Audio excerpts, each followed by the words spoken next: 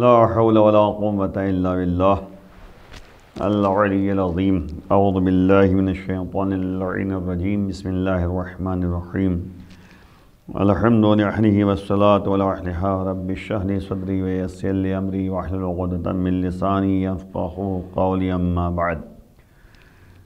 عزیزان گرامی، ماہ صیام کی فضیلتوں کے سلسلے میں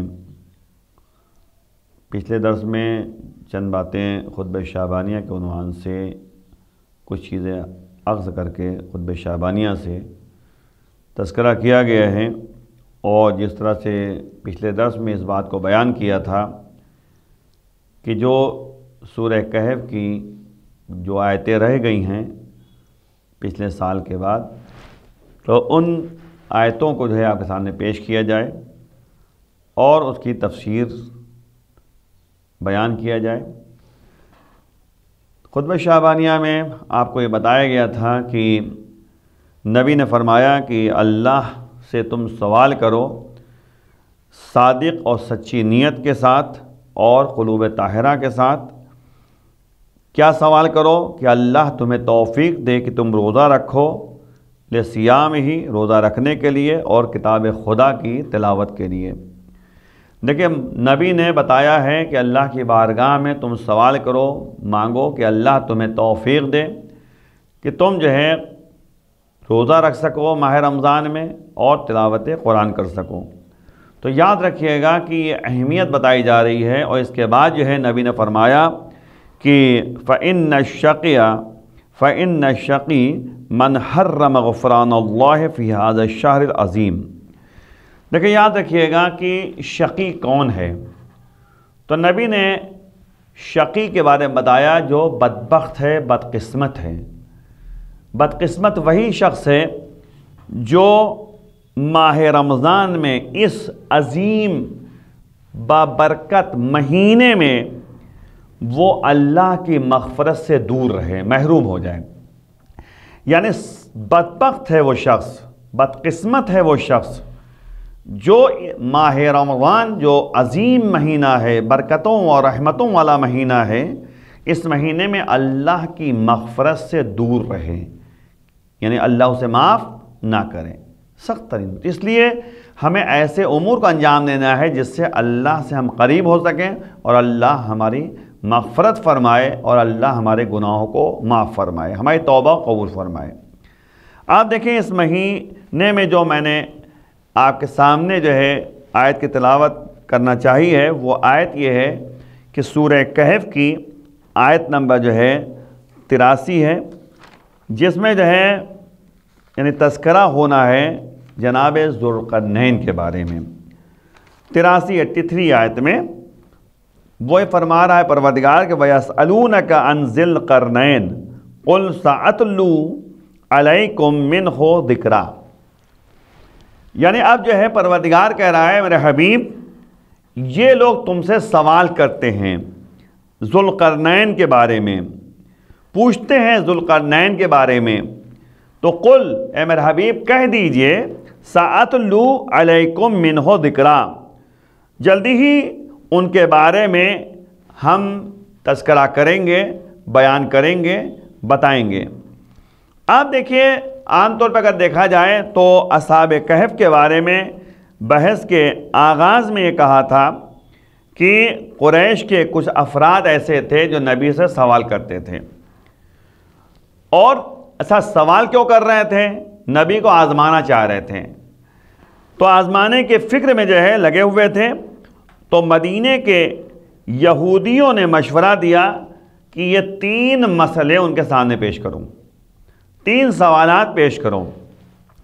پہلا سوال اصحاب کہف کے بارے میں تم پوچھو نبی سے کہ اصحاب کہف کون تھے، کیا واقعہ تھا۔ دوسرا سوال تم کرو مسئلہ روح کے بارے میں، روح کیا ہے۔ تیسرا مسئلہ ذوالقرنین کے حالات کے بارے میں پوچھو۔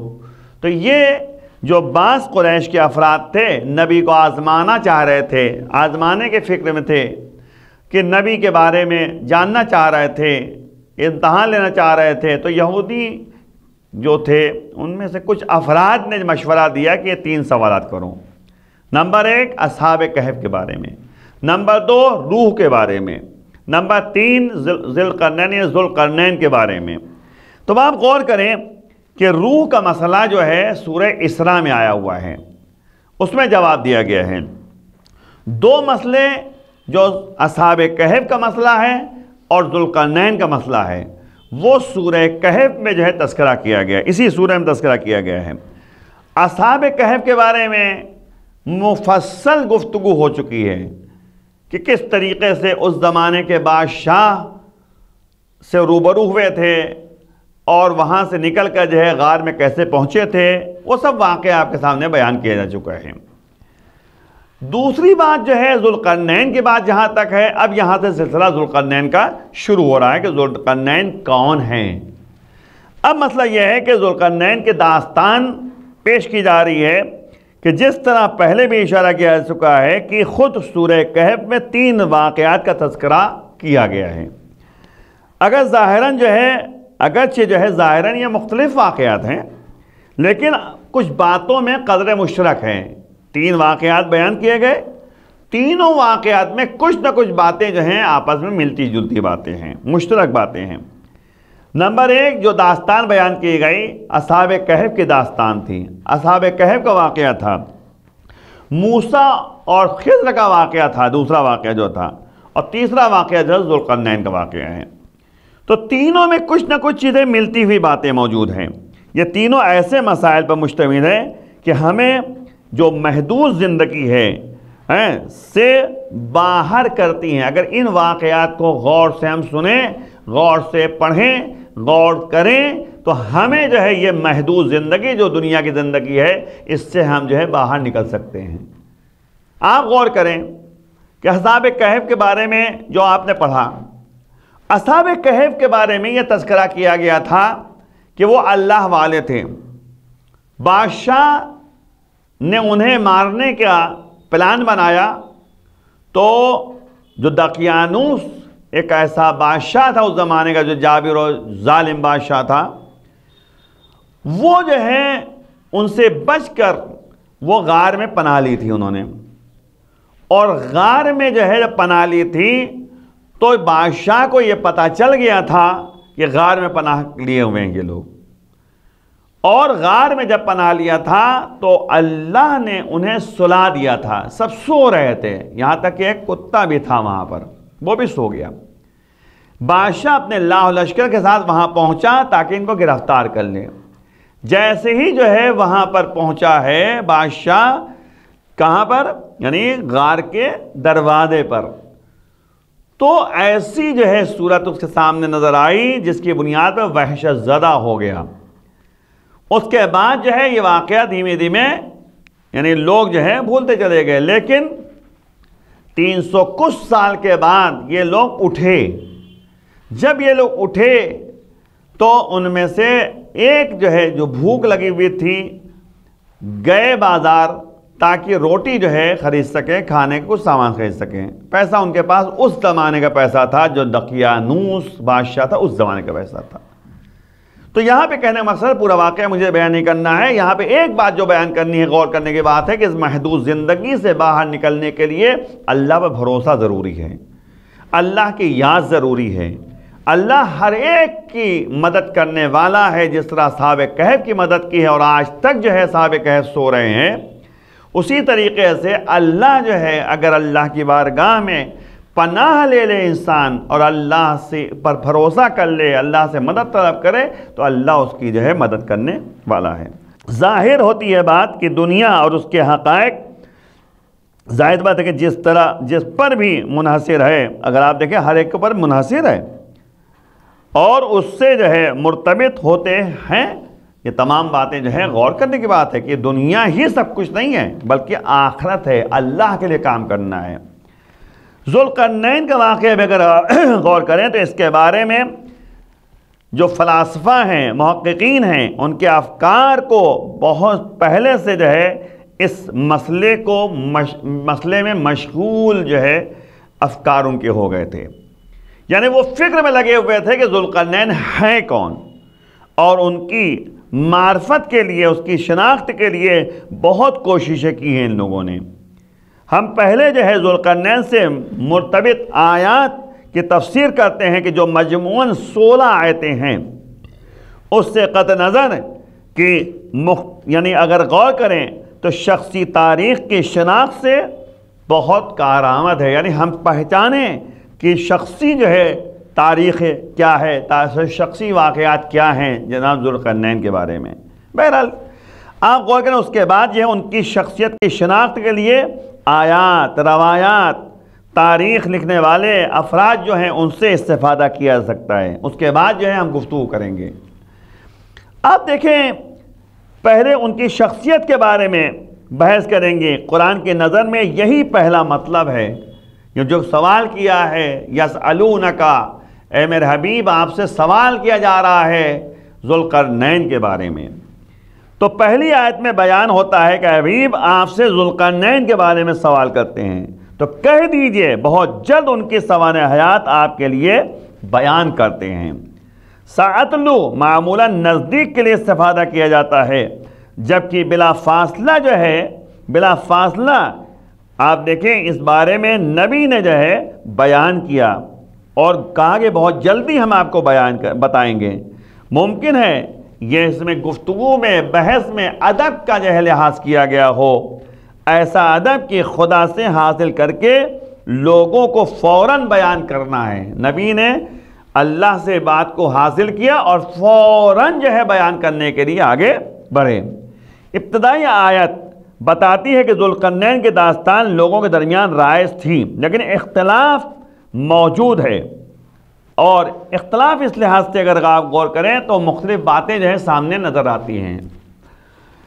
قرن جو ہے دیکھیں، یعنی غور کریں گے آپ تو قرن کے 2 باتیں جو ہیں بیان کی ہیں قرن کے بارے میں۔ قرنین نا، تو قرن جو ہے ایک بیان یعنی طولانی جو ہے دور، یعنی ایک قرن مانے ہوتا ہے، جو قرن کہتے ہیں نا صدی اور وغیرہ، تو قرن مانے ہوتا ہے دور، طولانی دور جسے کہتے ہیں، مدت۔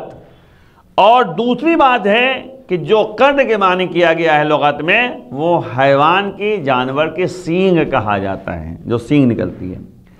تو ذوالقرنین نام کیسے پڑا؟ ذوالقرنین کو اس لحاظ سے اگر آپ دیکھیں، ذوالقرنین جو ہے کہا گیا ہے یا حکومت ان کی طولانی تھی، ہے نا، ہم نے کہا دوران طولانی دور، تو یا اس لیے ذوالقرنین کہا گیا کیونکہ ان کی حکومت طولانی تھی، یا اس لیے کہ 2 سینگ کی طرح جو ہے ان کے بال تھے، یا ٹوپی پر جو ہے 2 سینگ بنی ہوئی تھی۔ تو یہ تمام باتیں تھیں جس کی بنیاد پر ذوالقرنین ان کا نام پڑا۔ اس طرح قرنین سے مراد جو ہے شرق اور غرب بھی ہے، مشرق اور مغرب، یہ بھی مراد لیا گیا ہے، کیونکہ وہ تمام شرق اور غرب عالم میں مسلط تھے، تسلط ان کو حاصل تھا، مغرب سے مشرق تک ان کی حکومت تھی، تو ہو سکتا ہے اس بنیاد پر ان کو قرنین کہا گیا ہو۔ تو یاد رکھیے، یا اس لیے ذوالقرنین کہا گیا کہ کیونکہ جو ہے ان کے ٹوپی جو لگائے ہوئے تھے اس پر جو ہے 2 سینگ کی طرح جو ہے چیزیں موجود تھیں، اور یا یہ کہ جو ہے ان کی حکومت کی مدت طولانی تھی، اور یا یہ کہ جو ہے شرق اور غرب کہ تمام قطع عالم میں، دنیا میں جو شرق و غرب ہے، مشرق و مغرب، اس پر ان کو تسلط حاصل تھا، حکومت ان کی موجود تھی۔ امام محمد باقر علیہ السلام جو ہے اس سلسلے میں بیان کرتے ہیں کہ ذوالقرنین پیغمبر نہیں تھے، لیکن ایک مرد صالح، نیک انسان، عمل صالح انجام دینے والے انسان، جو خدا ان کو پسند کرتا تھا، اور وہ اپنی قوم کو تقوی کی سفارش کرتے تھے، متقی و پرہیزگار بنانا چاہ رہے تھے۔ لوگوں نے جب ذوالقرنین نے ان کو دین کی طرف دعوت دی، تقوی پرہیزگار طرف متوجہ کیا، تو لوگوں نے سر کے ایک طرف جو ہے ضرب لگائی، اور کچھ مدت تک جو ہے ذوالقرنین ناپید ہو گئے، یعنی ظاہر نہیں ہوئے، پھر چھپ گئے یا ظاہر نہیں ہوئے۔ پھر اس کے بعد کچھ عرصے کے بعد جو ہے لوگوں کے پاس واپس آئے اور اپنی دعوت کو تکرار کیا۔ لوگوں سے کہا کہ تم تقوی اختیار کرو، متقی بن جاؤ، دیندار بن جاؤ، اللہ والے بن جاؤ۔ تو پھر لوگوں نے جو ہے دوسری جانب جو ہے ان پر سر پر وار کیا۔ اس کے بعد جو ہے مولا نے فرمایا کہ تمہارے درمیان بھی کوئی شخص ہے اسی خصوصیت کے ساتھ۔ یہ اب جو ہے تفسیر نون الثقلین میں یہ بات بیان کی گئی ہے، اور اگر آپ غور کریں تو اسی بنا پر، اسی دو ضرب کی بنا پر جو ہے ذوالقرنین مشہور کی گئی باتیں۔ یہ بھی جو ہے احتمال دیا گیا ہے کہ دو دفعہ جو ہے لوگوں نے ان کے سر میں مارا، ایک دفعہ ایک طرف مارا، دوسری طرف مارا، چوٹ لگی، اور اسی بنیاد پر ان کو ذوالقرنین بھی کہا گیا۔ تو اس طرح کی باتیں مشہور ہیں۔ ذوالقرنین کے بارے میں ایک بات اور جو ہے تذکرہ یعنی کیا جاتا ہے ایک بات کے بارے میں کہ ذوالقرنین کو وہی اسکندر مقدونی جانتے ہیں، یعنی یہ بھی کہا گیا ہے کہ اسکندر جو تھا، اسکندر وہ مقدونی جانتے ہیں۔ یہ جو ہے بہرحال یعنی جو 13 سال ارسطو کی شاگردی کی تھی، یعنی 13 سال جو ہے ارسطو کے شاگرد تھے، تو اسکندر مقدونی کے نام سے یاد کیا جاتا ہے۔ بعض نے فرشتہ بتایا، کہا کہ ہو سکتا ہے ذوالقرنین ایک فرشتہ ہوں جو اللہ کی طرف سے آئے تھے۔ ظاہراً دونوں باتیں مناسب نہیں لگتی، کیونکہ اسکندر جو ہے ایک بت پرست تھا، اللہ والا نہیں تھا، اور ذوالقرنین ایک مرد مومن تھے، ان کا اسکندر سے جو ہے کوئی تعلق نہیں تھا، چاہے وہ اسکندر بھی جو ہے ذوالقرنین رہا ہو۔ فرشتہ ہونا بھی مناسب نہیں ہے، کیونکہ یہ زمین کی بات ہے، آسمان کی بات تو ہے نہیں، انہوں نے زمین پہ حکومت کی ہے۔ تو بہرحال دو ذوالقرنین جو کہا گیا ہے، آپ جو ہے یہ کہہ سکتے ہیں کہ انہیں قدرتی وسائل و اسباب فراہم تھے، اللہ نے ان کو قدرت دی تھی، طاقت دی تھی کہ انہوں نے مشرق و مغرب کے آخری حدود تک سفر کیا۔ اب آپ غور کیجئے، مشرق و مغرب پورا سفر میں انہوں نے گزارا ہے، اور مغرب میں دشمنان خدا کو سزا بھی دی ہے، اور پھر جو ہے مشرق میں وحشی قوم کا جائزہ لیا، اور درمیانی علاقے میں قوم کے تحفظ کا انتظام کیا باقاعدہ۔ ایک قول کے مطابق تو بہرحال جو ہے ذوالقرنین جو ہے کتنی مدت انہوں نے حکومت کی، واقعی نام کیا تھا اور کتنے سال انہوں نے عمر کی ہے، بشر تھے یا فرشتہ، پیغمبر تھے یا عبد صالح، یہ تمام کہتے ہیں مختلف باتیں جو ہیں سامنے آتی ہیں۔ کیوں ذوالقرنین نام پڑا، یہ سب جو ہے گفتگو اپنی یہاں پر ہے۔ ان کے امکانات کیا تھے، حکومت کی حدود کیا تھی، کہاں سے کہاں تک ان کی حکومت تھی، طول و عرض یعنی لمبائی اور چوڑائی کتنی دوری تھی، اور ان کی بناوٹ کیا تھی۔ بہرحال ہر لحاظ سے ایک گفتگو پائی جاتی ہے اس میں، کس زمانے میں تھے، اور بہت زیادہ باتیں اس کے بارے میں ہیں، جزیات میں بحث کا کوئی فائدہ نہیں ہے۔ ہدف کی طرف چلنا چاہیے، مقصد کیا تھا، ہدف کیا تھا جو اللہ بیان کر رہا ہے۔ اے میرے حبیب، یہ لوگ تم سے سوال کر رہے ہیں ذوالقرنین کے بارے میں، مسائل جو جزئی مسائل ہیں، جو ریز مسائل ہیں، ان کی طرف جو ہے جانے کا کوئی فائدہ فی الحال نظر نہیں آتا۔ تو یہ باتیں جو ہیں، پیغام جو ہمارے لیے پیغامات جو سمجھ میں آتے ہیں ان آیتوں کے ذریعے، ان گفتگو کے ذریعے، نمبر ایک، انبیاء جو ہے لوگوں کے مرجع ہیں، یعنی نبی سے سوال کیا جاتا ہے، تو اسی طرح جو ہے انبیاء کو مرجع مانا گیا ہے، ان کے سوالات کے لیے جواب دہ ہیں یہ۔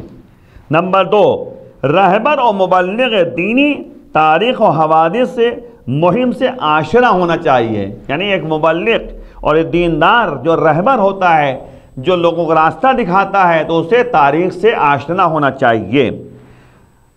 اور ظاہر سی بات ہے، جب پیشوا ہو تو مختلف سوالات سامنے آئیں گے، چنانچہ دوسری آیات میں روح سے سوال مطرح ہے، یسألونک عن الروح۔ بہرحال تیسری بات جو سامنے آتی ہے کہ لوگوں کے منطقی اور بجا سوالات کو بغیر جواب کے نہ رکھیں، ان کو جواب دینا ہے۔ یہ نہیں کہ مطلب جو ہے ہم رہبری کر رہے ہیں، ہم جو ہے کہتے ہیں کہ ان کو راستہ دکھا رہے ہیں، ہم صحیح راستہ بتا رہے ہیں، لیکن ان کے سوالات کا جواب نہیں دے پا رہے ہیں، تو اس لیے سوالات کے جواب ہمیں دینا چاہیے۔ چوتھی بات ہے، سوالات کے جواب کو جلد بازی میں جواب نہ دیں، سوچ سمجھ کے جواب دیں۔ پانچویں بات، تاریخ اور یعنی گفتگو جو ہو رہی ہے اس طرح ہو کہ اس میں تذکر عبرت ہونی چاہیے. ذکرہ کا لفظ استعمال کیا گیا ہے. تمہارے لیے یاد آوری، تمہارے تذکر ہے، تمہارے لیے عبرت ہے. اور چھٹی بات یہ ہے کہ بعض آیات کے نزول کا زمینہ سوالات ہوتے ہیں. لوگ سوالات کرتے ہیں، اسی کے ذیل میں جو ہے آیتیں نازل ہوتی ہیں اور جوابات اللہ کی طرف سے آتے ہیں. اسی لیے یہاں پہ سوال کیا گیا یسألونک ویسألونک عن ذی القرنین، قل، یہ سوال کرتے ہیں تم سے اے میرے حبیب ذو القرنین کے بارے میں. قل، میرے حبیب کہہ دیجئے، سأتلو علیکم منہ ذکرا، ہم بہرحال جو ہے بہت جلدی جو ہے تمہارے لیے جو ہے ان کے بارے میں بیان کریں گے، تذکر کریں گے، ذکر کریں گے، جو تمہارے لیے جو ہے عبرت کا سامان فراہم کر سکے، تمہارے لیے جو ہے تربیت کا سامان فراہم کر سکے، تمہارے لیے تذکر ہو، یاد آوری ہو. آئیے مل کے بارگاہ میں دعا کرتے ہیں، پروردگار بحق زہرا وابیہ و بال و بنیہ ہم سب گناہوں کو معاف فرما، جو افراد پریشان ہیں کو پریشانی دور فرما. پروردگار امام کے آوان انصار میں شمار فرما، امام کے ظہور میں تاجر فرما. وآخر دعوانا الحمدللہ رب العالمین، والسلام علیکم ورحمۃ اللہ وبرکاتہ.